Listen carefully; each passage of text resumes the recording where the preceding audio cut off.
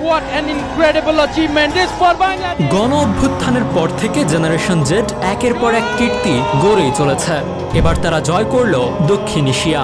এতে হারাতে হয়েছে ভারতের মতো দেশকে, আর উড়িয়ে দিয়েছে নেপালকে।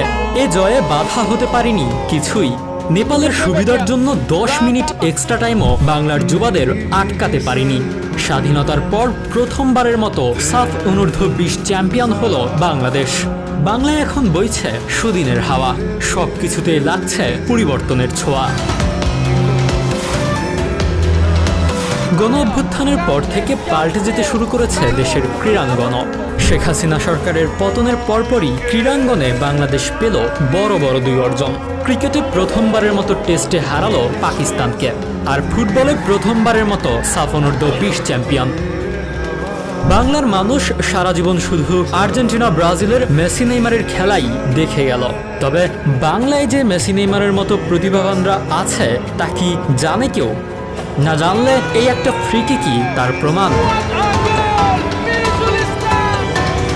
ঘরের মাঠে পরিষ্কার ফেভারিট ছিল নেপাল। ম্যাচের শুরুটাও তারা করে ফেভারিটের মতোই, কিন্তু বাংলাদেশের গোলবারের নায়ক আসিফ হোসেন ও জয়ের নায়ক মিরাজুল ইসলাম মিলে ভেস্তে দেন স্বাগতিকদের পরিকল্পনা। মিরাজুল নিজে করেন জোড়া গোল, সতীর্থকে দিয়ে করান আরেকটি গোল। ইনজুরির সময় শেষ পেরিকটি পুঁতেন পিয়াস আহমেদ। 4 গোলের দাপটে নেপালকে উড়িয়ে সাফ অনূর্ধ্ব 20 চ্যাম্পিয়নশিপের চ্যাম্পিয়ন হয়েছে বাংলাদেশ।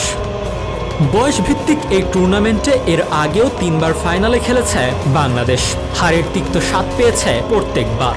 2 বার হেরেছে ভারতের কাছে।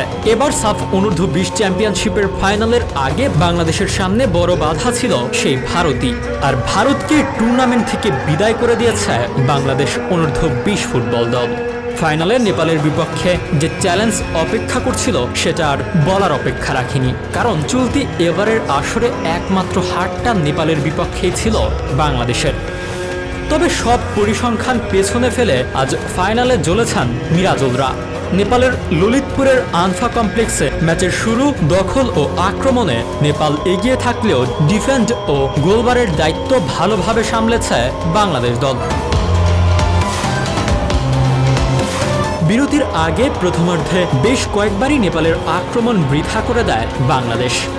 বাংলাদেশের এগিয়ে যাওয়ার সুযোগ আসে প্রথমার্ধের ইনজুরি সময়ে। প্রথমার্ধের শেষ বাঁশি বাজার আগ মুহূর্তে ফ্রিকিক পায় বাংলাদেশ।